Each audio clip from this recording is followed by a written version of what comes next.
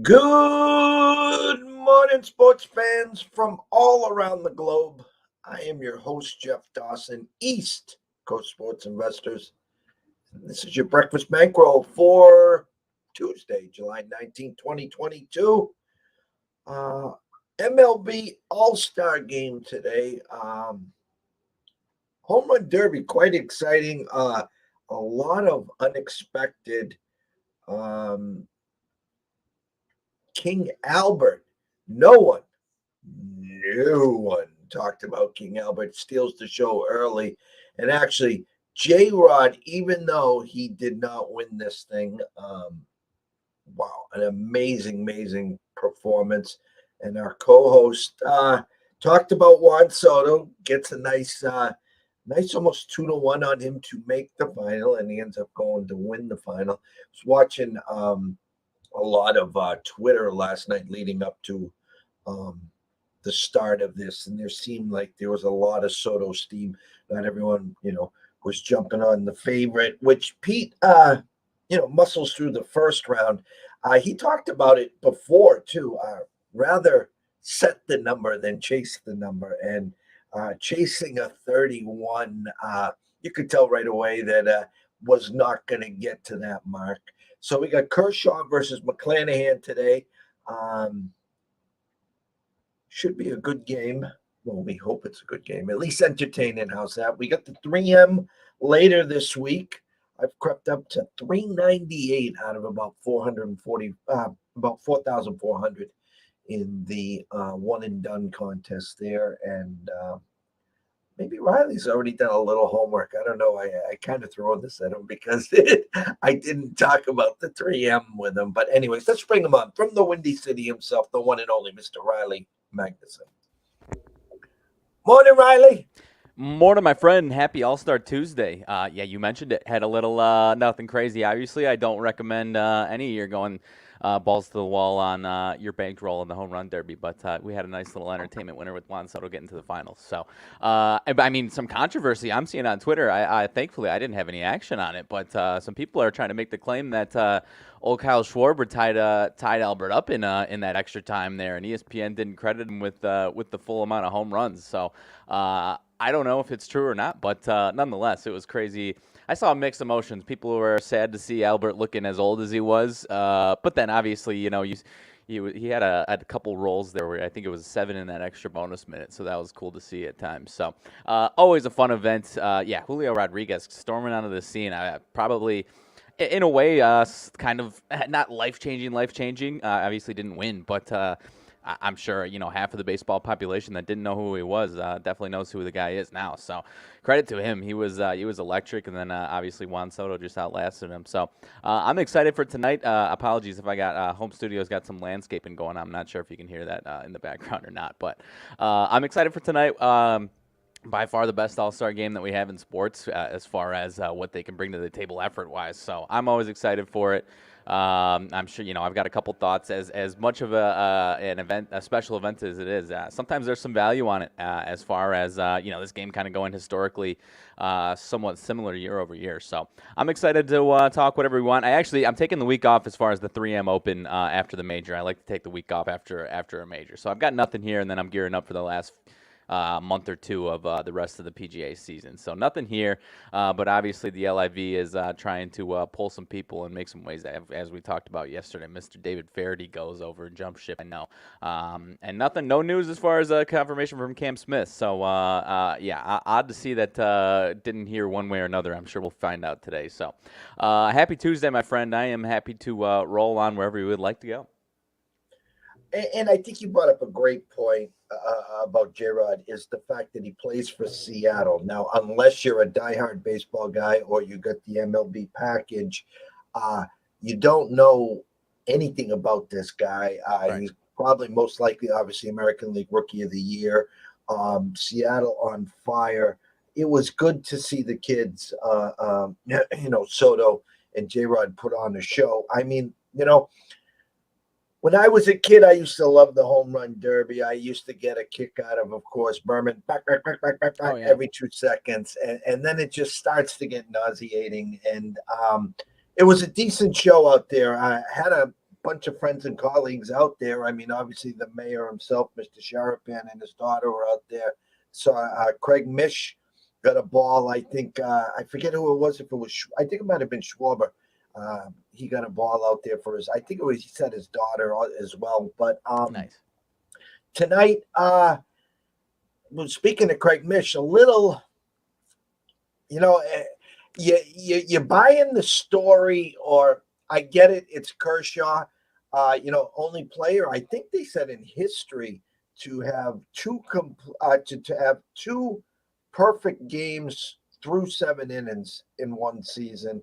It's at Dodger Stadium, but we all know Alcantara should be starting this game. But what's your thoughts there on Kershaw getting the ball? I mean, the story, Dodgers, I mean, the aging veteran versus the deserving Miami Marlin.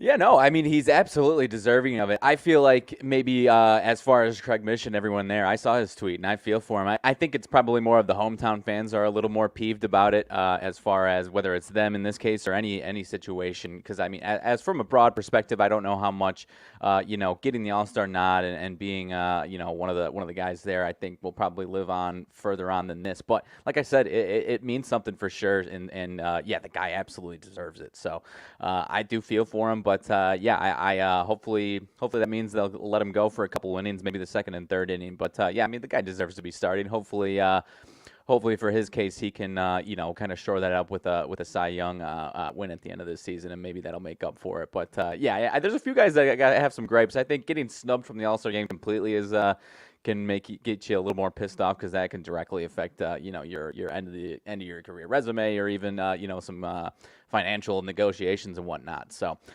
still, nonetheless, I think it's probably bigger for them. But I think it's kind of BS that they didn't get it. I think Kershaw just being there and having any appearance in his home stadium would be enough for them and their fans. Let alone, I don't think they needed to force him into that starting role. So I guess I didn't think I had that strong of thoughts. But I'm 100% with you on that one. I remember way back in the day when Fenway Park hosted the All-Star game, and Ted Williams came out in the golf cart.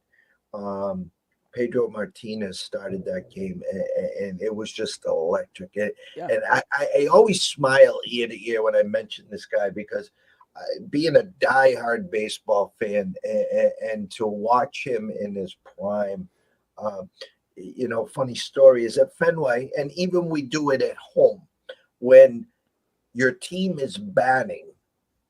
You just sit there and watch because you want to see the home runs, the base hits. Well, when Pedro pitching, it was the exact opposite. You sat in the seat when he pitched, and then when the offense came up, you ran to the beer stand, you ran to the hot dog stand. It was like you couldn't miss a pitch from Pedro. No, 100%. And there's not to that level, but there's certainly guys like that all the time, as far as at least make you want to watch him a little bit more. But yeah, Pedro is a case in and of himself for sure. But as far as starting the All-Star game, like I said, you've talked about him negatively and rightfully so as far as Chris Sale, but he got the bump when he was with my White Sox, and I was probably 19, 20 years old, and so still had a lot of love for him while he was with the White Sox, Chris Sale. So I remember being really excited to see him start that game. And then I think I was watching it with my girlfriend, who's a Cubs fan, and Chris Bryant, as a Cub, hit a first inning home run off of him. So my words were stopped pretty quickly. So like I said, I think as far as those type of accolades, it probably means more to the fans, but I guess as the individual player as themselves as opposed to the league itself. So nonetheless, I'm excited, man. I've got one gripe as far as one of the pricings or lack thereof on one of these things. One that I've, kind of turned my eye to every single year, and I guess I could have jumped on it sooner. Either team to win by 1 to 3 runs. They had these kind of bands on a couple of sports books, and it was, I think a couple days ago, both sides was about plus 150. And over the last 20 years, it is like at least 15 out of 20 games or something like that have finished 1 to 3 runs.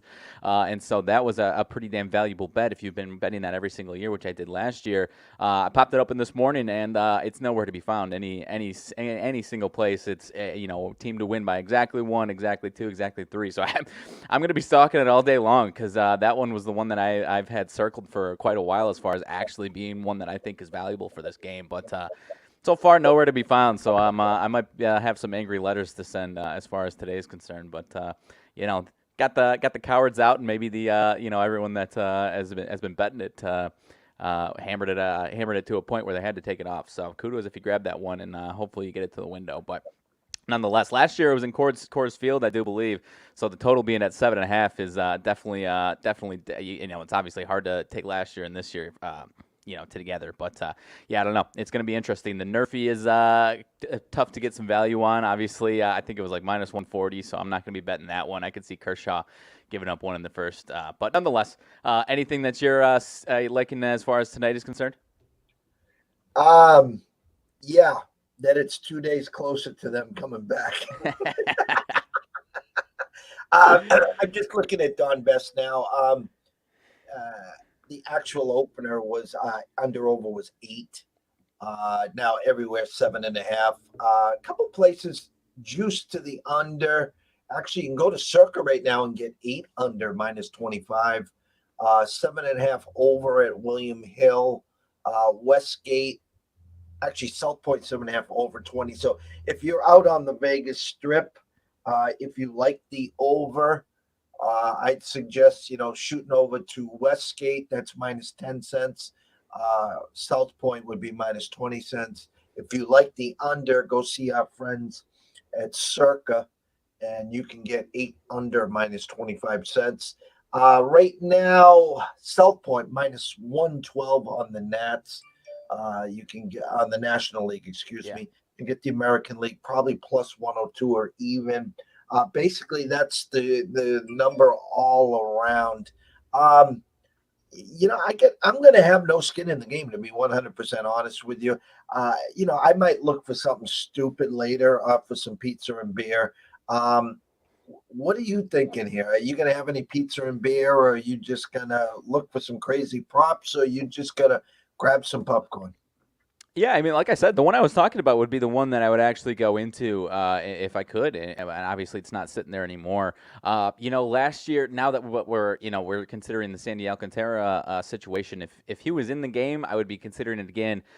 In previous years, the run, and this would be a goofy one, kind of an entertainment one, but one that actually has cashes more often than it doesn't. Second inning run to be scored, or first run to be scored, second inning was a goofy one as far as, the starters come out and their nails. They've obviously been the best guys in the league.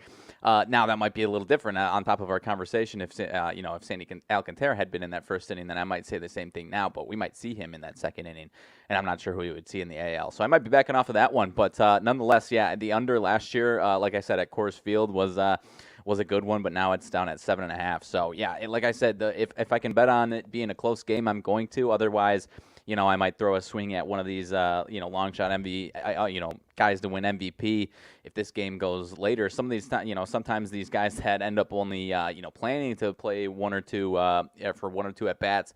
This game goes longer and they end up putting in 3-4 at bats. So I typically find if I can put a baby sprinkle on these guys that are way down here as far as their MVP odds, I might take a swing at that. Homer wise, I might take a swing at my guy Tim Anderson, but I don't think he's the type of guy that's gonna. I envision him, if he's having an awesome game, it'll be 2 for 2 with a couple singles or something like that, maybe a couple runs scored. But nonetheless, as far as if I got to go gun to my head, MVPs, maybe I'll take one of your guy, Rafael Devers. Acuna's in that camp for me as far as bang for your buck, because Ohtani at 480, Judge at 600, Guerrero 850, Mookie 950. Those are obviously enticing, those names, but this is a pretty giant toss-up, I would say, year over year as far as who's winning this thing. Sometimes guys come out a little more hell-bent than others, but it's not like the NBA All-Star game where it's one guy decides that he wants to play for 40 minutes and go as hard as he can. It's baseball, so it's a little more of a coin toss in this one. So nothing crazy, but I'll have some fun and won't jeopardize the second half of the season bankroll, is all I will say there. Couple thoughts initially as you were talking. One of the golden rules in baseball wagering is always to wager against the pitcher after a no-hitter. Now, granted, he didn't have a no-hitter, but he had 7 innings of perfect baseball. Yeah. So the mind, he was actually in, excuse me, in Anaheim as well. So does someone catch catch a fastball, a hanging slider, and put up a number in the first inning? That's number one. Number two, as you said, and I think that's what I'm hearing. Hey, Sandy, you're not starting. We're giving this to Kershaw, but we're going to give you 2 innings. So let's just say Kershaw goes, doesn't give up anything in the first, and the Nationals don't score. In comes Sandy, 2 scoreless innings, and the Nationals put up, a couple runs, and that was the reason they won. Where Sandy could be the MVP of that game. Any thoughts there? No, I think so for sure. And I mean, he won't have to face if it's how we're seeing it, it'll be Kershaw against Shohei, Aaron Judge, and then Devers, which is obviously a pretty giant murderer's row there. And then if depending on what happens, then it obviously gets a lot lighter after that. If I'm seeing what I'm seeing as far as an accurate batting order, then Vlad 4th, Giancarlo 5, Byron Buxton 6. So it gets easier as it goes down there. So maybe a little runs in the first inning as far as this game is concerned in that first inning, and then maybe Alcantara is pretty dominant for a couple, and maybe that could be an MVP case for sure. As an American League guy over here, as from a goofy homer perspective, I like to typically lean towards the American League guys, but no, Alcantara definitely has the value there as far as potentially being an MVP, I'd say. Don't have the schedule in front of me. Where does your South Side start the second half?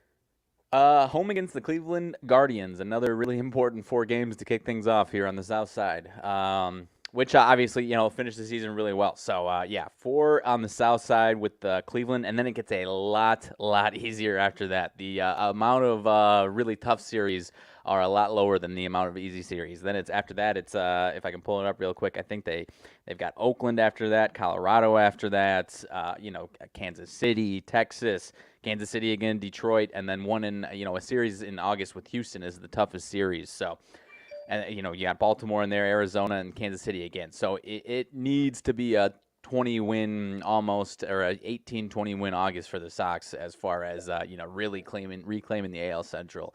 Otherwise, it's going to be a similar second half. But we're all feeling pretty damn excited after the 3 out of 4 in Minnesota to close it out after a rough couple start to the road trip in Cleveland last week. But I'm feeling pretty damn good as far as the AL Central. As far as the World Series conversation, it still is how the hell would we get through Houston and the Yankees in a 5-game series, 7-game series, whatever it'll be. It's not looking optimistic as far as that. But getting Yasmani Grandal back pretty soon. Obviously, he was not very good when he went on the IL, but hopefully if he can come back and give us anything, anywhere 350 OBP like he was given last year, who cares what his batting average is? That'll be a boost from what we've gotten from our catcher position as of late. So still got some optimism. Need Lance Lynn and Lucas Giolito to be a lot better in the second half. That's probably the biggest key, I would say, on top of health, obviously. But, it should be a solid August, and hopefully the Twins and Guardians continue to fade because that'll make things a little less sweaty for me over here. I had to listen to the locals all day, and it is a pretty good point. The Red Sox, 3 games over 500, leaking oil as we get closer, as we're now in the All-Star break. And now every team in the American League East, I mean, the Orioles, I think, are like a couple games back now on that wild card. The Sox, who overtook the lead in the wild card, now I think are 2 or 3 games back as well. The question is buyers or sellers, and I have talked till I'm blue in the face about this, especially as the Red Sox. If they become sellers, the mentality in the clubhouse is just going to go to shit, and then the fact the fanny's in the seat come late August, early September, because now it's football season. So why the hell would we go to a Red Sox game when Tom Brady was playing, and here come the Patriots? But obviously the rah-rah for our Patriots is not what it used to be as well, because Tom is gone.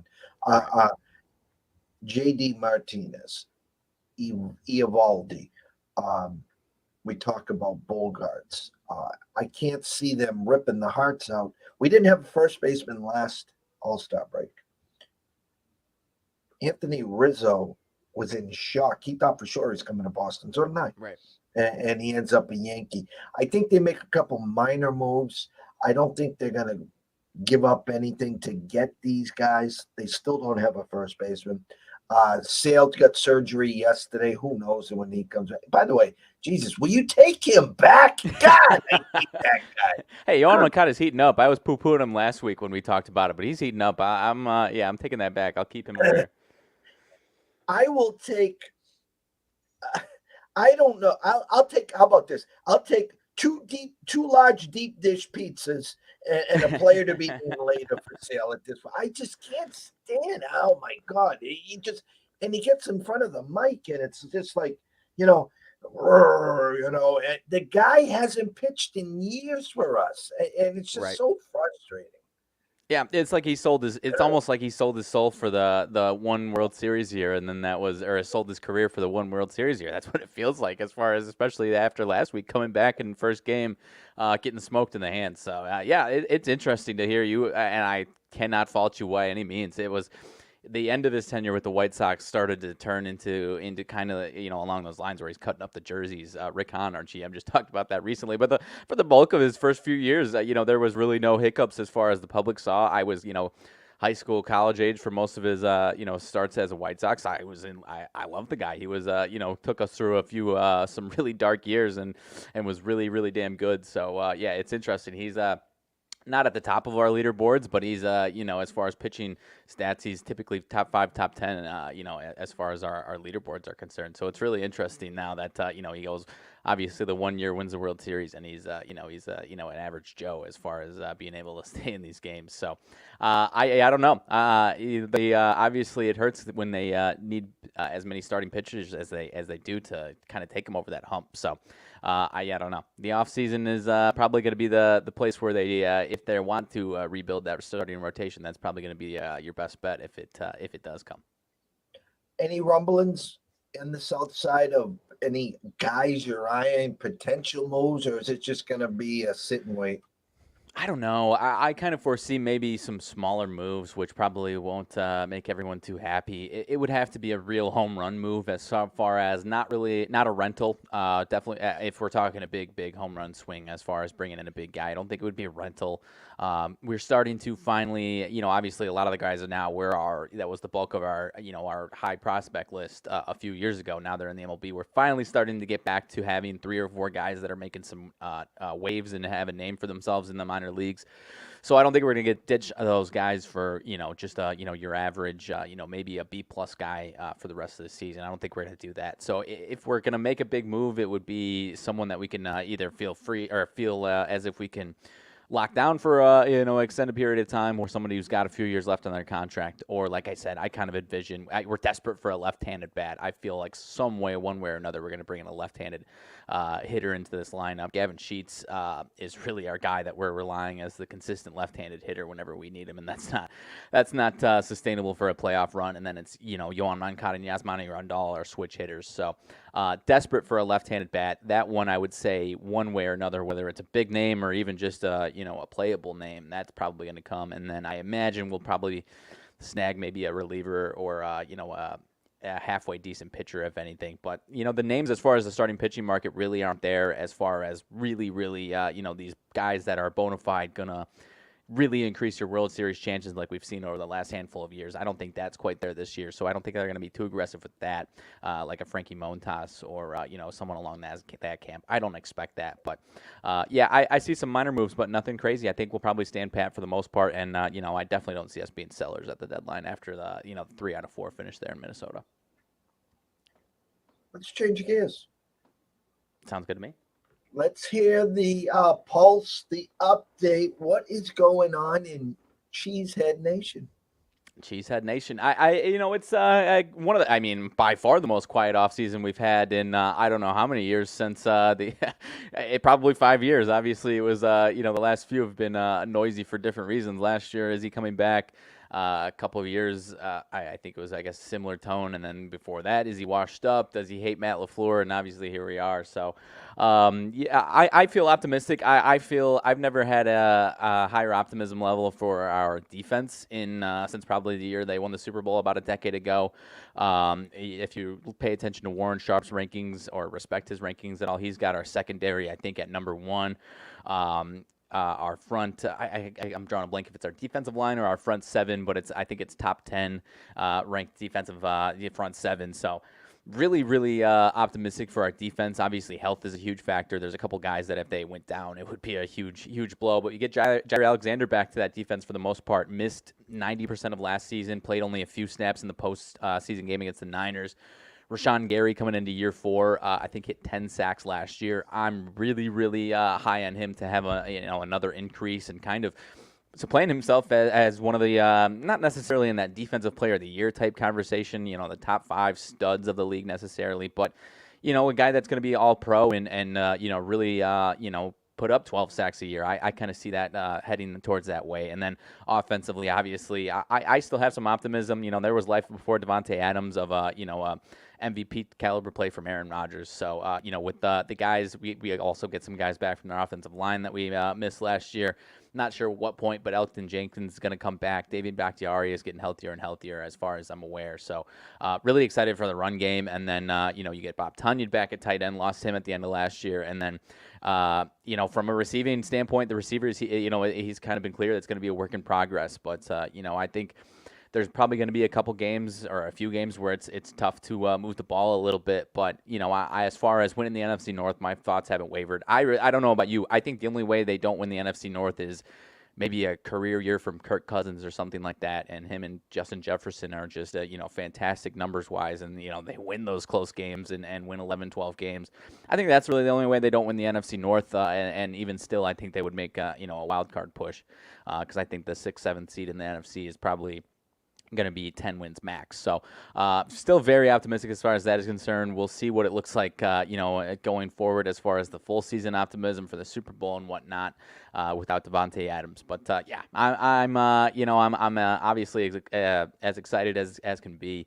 Love those last 2 seasons. Still very disappointed that we couldn't, get to the Super Bowl. I know you had the banana in the tailpipe on this team. So are you going to be staying away from it completely to avoid all of that? Or is this, just the weird, now that you're off, they're gonna climb the mountaintop without Jeff Dawson on the bandwagon? It's funny. I'm a dog guy, you know that. And when I'm deciphering, I did my second it's not a slow draft, my second draft last night.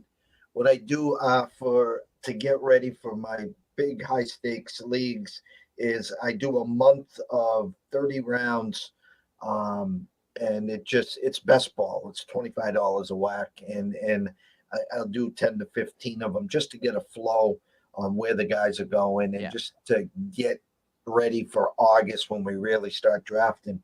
And just trying to figure out, I'm a big Dylan fan. And I think, I'm not saying the changing of the guard because I know Aaron Jones is still the 1A. I'm going to say 1A and 1B.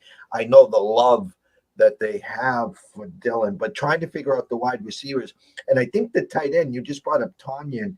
I think the healthy tight end, who that ever will be, is probably the real one that will shine in the receiving touchdowns, because I can't figure out the wide receivers over there. What the hell's going to happen?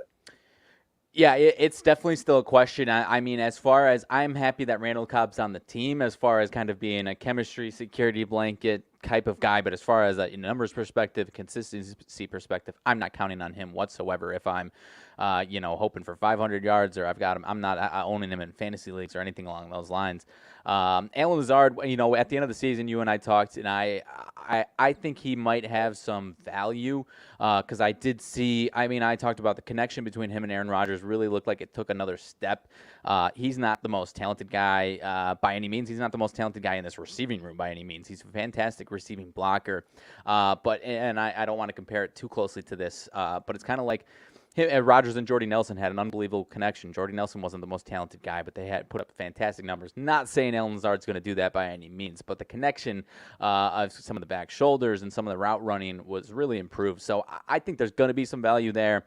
But yeah, Tanyan, I do think would be the most valuable as far as receiving option. I'm probably not owning anyone other than him or Alan Lazard. Sammy Watkins, I think, probably is going to be similar to what Marquez Valdez-Scantling was, a flash in the pan. Maybe if you catch him at the right day, I wouldn't start him on a consistent week-to-week basis by any means. But maybe every 2-3 weeks he puts up a 70-yard touchdown catch or something along those lines. That's kind of what I expect from him. But yeah, nonetheless, Aaron Jones and AJ Dillon, I think will both be really solid. Aaron Jones, I think will be really solid in the receiving game. I think you might. There's a good chance he could see an uptick in receptions if you got a PPR league. That might be really beneficial. And A.J. Dillon, not a receiving back, but last year was really, really improved. So I'm curious to see if he improves on that even more so. The first couple of years, it was almost, if he's in, you're running the damn ball, or he's protecting Rodgers. Last year, you actually saw him roll out a little bit and get a lot better in the receiving game. So I think both those guys are going to be worth a grab in fantasy football and could be really consistent. I think A.J. Dillon's going to be a nice touchdown guy, not necessarily a vulture, but just pounded if they've got down by the goal line. Both those guys, I think, are going to have a lot of red zone touchdowns this year. A few years ago, even when Devontae Adams was in the lineup, Aaron Jones had total over 20 touchdowns. Maybe it was exactly 20 touchdowns. Now you take out the back shoulder or the fade, if you got 4 downs inside the 5-yard line, probably at least one of the times Rodgers was going to be trying to go to Devontae Adams. Now that's obviously not there, and so you probably have Tunyon as a better red zone option, and both these running backs I think are probably going to have a nice high. I would say both of them in double digits for touchdowns. So I think both of those guys probably, I wouldn't start them both on the same team necessarily as far as that type of strategy, but I think both these guys could be a startable running back every single week as far as fantasy football is concerned. I like where your eyes are there. All right, last curveball. And again, anyone watching here, this is totally unscripted. Riley has no idea what I'm going to ask him. So it's kind of comical when, my brain is thinking. I was like, why not? So let's just go down this rabbit hole. And again, if you have some stuff, you do, you don't. I know last year, Saturdays was your Big Ten day. You on our pictures here are known as the Big Ten King. I've started some homework. And when I was out in Vegas, again, I took my swing on the Champions parlay, and I used Bama, doing some homework, some research. This Ohio State team is a wagon offensively.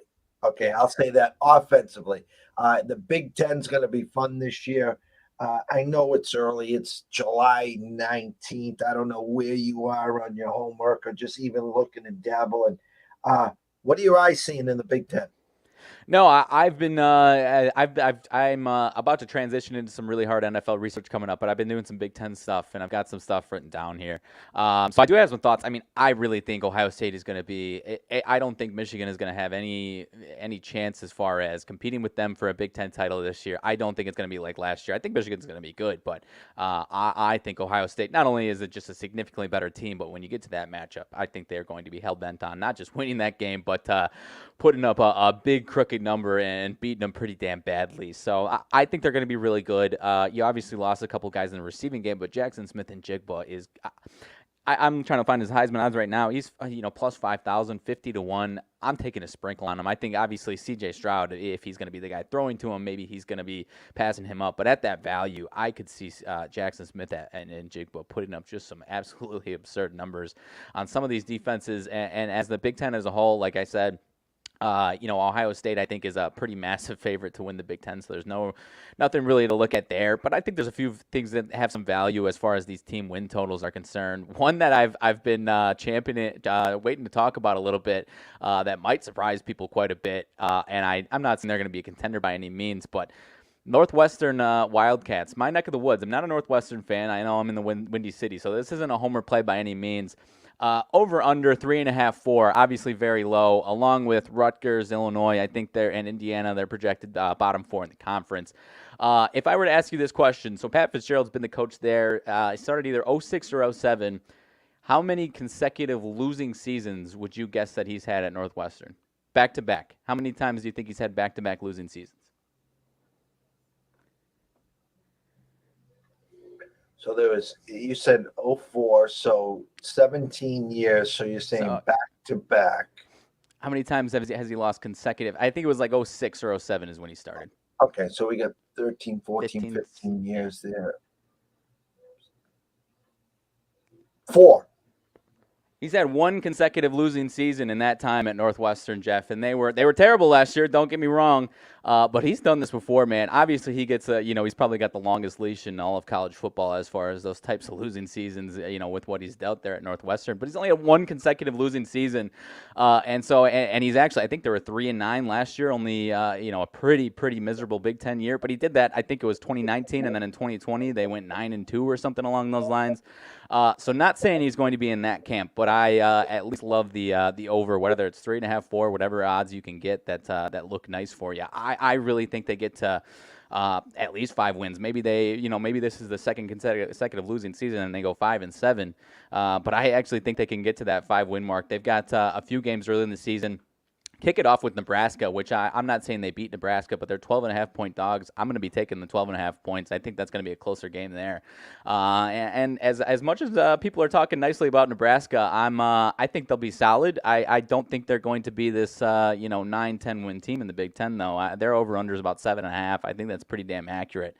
And I could see them anywhere from 6 to 8. Would not shock me if Northwestern pulled off the upset in week 0 or week 1, whatever it is. Would not shock me. I'm not calling for it, but it would not shock me if Northwestern is able to do it. But there's nobody better in college football at bouncing back from a losing season. Like I said, he arguably gets the longest leash in college football, so the sample size isn't very high. But Pat Fitzgerald, just about everybody is returning. So I think there's going to be a scrappy team. And if they win their non-conference games that are winnable games, which I think even if they lose to Nebraska, they could go 3-1 to start the season. And then you're looking at if they just need to beat an Illinois or a couple of these other bottom feeder teams to get to 5 wins. And I think they could pull off an upset against one of these middle of the pack teams.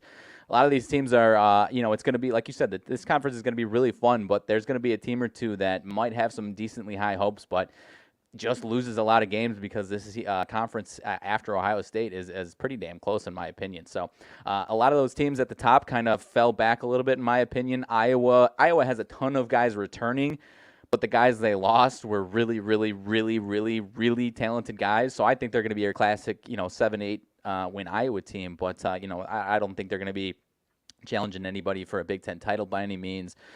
Michigan State, really bad defensive secondary last year. I think they'll be a little bit improved on that. So I don't think they'll be a punching bag necessarily defensively. And then Penn State's an interesting one for me. I really liked their defense at times last year. They had a lot of tough breaks, and their season didn't go the way they would like it to. So that is one team that I could see kind of overachieving maybe a little bit. Their over-under is 8.5. I'm not saying hammer, over necessarily, but it wouldn't shock me if they get up over that. And then, Michigan over under 9.5. Like I said, I'm going to go under on that one. I could see them being an 8-4 team. I think they'll be one of the better teams in the conference. They still might be the second best team in the conference, but I think there's going to be 1 or 2 losses on their schedule that you might not, foresee at this point.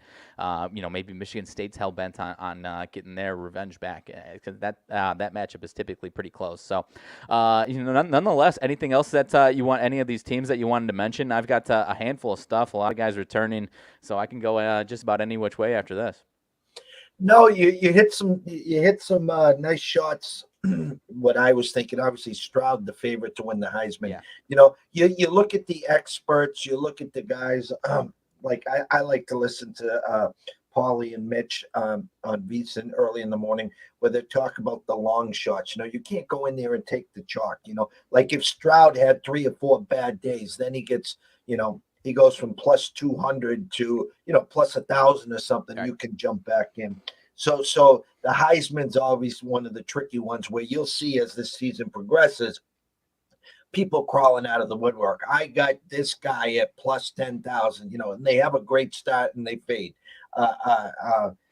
Nebraska, I've been a diehard Nebraska fan since the early 80s. I was a Dr. Tom disciple, I like to say, see or read. I loved watching them run the wishbone. There was nothing better than 4th and 8. Call a timeout, and then the defense comes back on, and the Nebraska offense rolls out and says, "Oh, by the way, we're running the ball right now, and you can't stop us." And Right. they get a first down. Irvin Fryer, Miami game. I just love Nebraska, and it's been so hard to watch. Now we're in was it year 5 with Frost, 4 or 5. Yeah, for sure. Actually 1, 2, 3, 3, 4. I think this is year 5. Don't quote me on it. It's 4 or 5. Right. And the under over came out at 7.5. And I went through the schedule because I thought that was pretty high, and I could get to 8 wins. I don't know if I could get to 9 wins, but I think they're spot on where, are they going to get to 8, or is it going to be a classic 7? But it will be interesting. I mean, they don't match up to the big dogs, but Vegas is telling you this will be the year Frost finally makes at least a step forward. Oh yeah, for sure. And I think it's as long as they don't do what I said, if they come out and lose, like I said, there's a chance they could lose to Northwestern. Then the sky is falling. But I think they get that win. I think it's just going to be a lot closer than a 2-touchdown spread that's indicating there. But they got 2 games after that: North Dakota FCS, and then Georgia Southern. Where they definitely should win. Then they get Oklahoma after that, which is if they win that, then obviously this might have a nice different type of season on our hands there. But I wouldn't pencil them in for that one. And then they don't have Ohio State on their schedule, which is a huge boost for them. You kind of swap out Ohio State for Oklahoma in a weird way there. But Indiana, Rutgers. Are 2 games they definitely should win. There's a couple games in Illinois as well they should definitely win. Purdue, Minnesota, Wisconsin, Michigan, and Iowa. Those are 5 games that they could win all of those games. They could lose all of those games. So I think it's going to be another team where a lot of their games are going to be really close. It's just kind of a question of have they figured out how to win these games now? And typically when you have a season like last year, when you have a lot of positives but just can't get it done, typically that next year you do kind of get over that hump and win some more games. So with all the buzz that's going around them, I'm not taking any of this action on them. But it's gonna be one of the more non-certain top 25 teams, one of the more intriguing teams outside of the clear top 25 that people are going to be watching and talking about. So I think it's week 0 if it's not week 1 as far as that first Saturday against Northwestern. In Northwestern, these at 11:30, these early Northwestern games always sneak up on you, and they're a lot more ready than you are to come into Evanston and kick your ass. So like I said, don't be surprised if the Wildcats pick them off. But it should be a better season for Frost and Nebraska. But let's say if he loses Northwestern, is he gone after week 0, or are they sticking him holding out for him? You think he's gone after that one? Because I think they lost week 0 to Illinois last year, and then Illinois ended up being the team they ended up being. Yeah. So it's funny you say that too, because I remember that. I think they were 8.5-point favorites. Mm-hmm. Actually, it opened at 8.5 last year against Illinois, and I got bet down to 6.5 against Illinois. But Vegas is making a statement. You want Northwestern? Come get them. They're expecting double digit. There's your Illini right there. So always intriguing, always great. Obviously, to top shop, and we'll figure out what we're going to do on the weekends. Obviously, and Saturday. I know you're going to bring a lot to the table with the Big Ten, so we can't wait for that there. So your final thought for the home run derby, the All-Star game is? Hey, like I said, I'm an AL guy, so I'll go the 4-3. I'll keep it close. I'll say the AL gets it done in 9, and then my guy Liam Hendricks closes it down in the bottom of the 9th and shuts the damn door down. I think I don't know if he got the. I know he pitched, whether it was last year or the year before. I don't remember if he got a save or not. But I'll say 4-3, and Liam Hendricks gets the save. I'll go Tim Anderson scores a run. I'll just go a nice day for the White Sox here. I'm gonna go.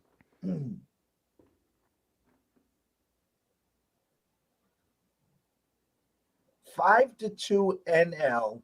Okay. Sandy Alcantara MVP. Okay. I'll go Devers MVP. I didn't mention that, but I'll go Devers MVP. Pizza and beer money, brother. Yeah, nothing crazy by any means on that stuff. No way. Tomorrow, 1 o'clock, we will have Andrew McGinnis.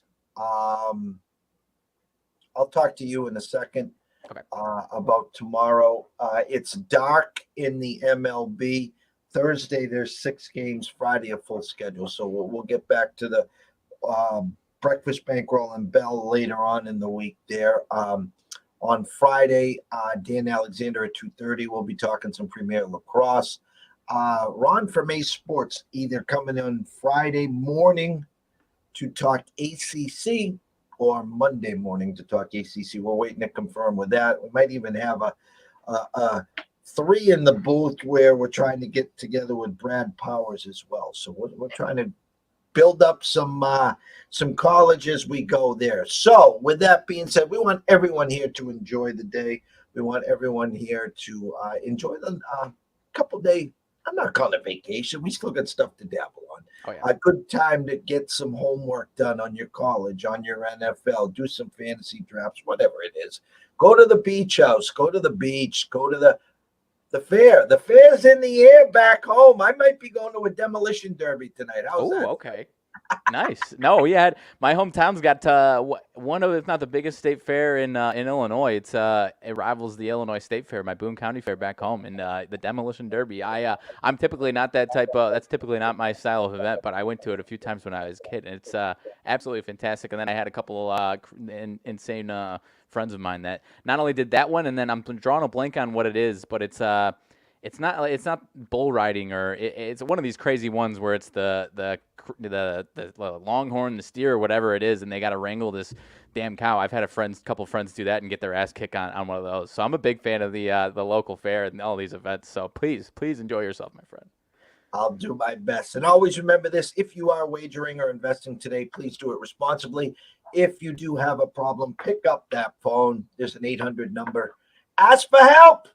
Why? Myself and Riley care. We want to see you here today, tomorrow, next week, next month, through 2022 and beyond. From myself, Jeff Dawson at EC Sports Invest, from the one and only Riley Magnuson at Riley_Magnuson, the one. We wish everyone a blessed day. Have some fun. Enjoy the MLB All-Star Game, and we will be back tomorrow.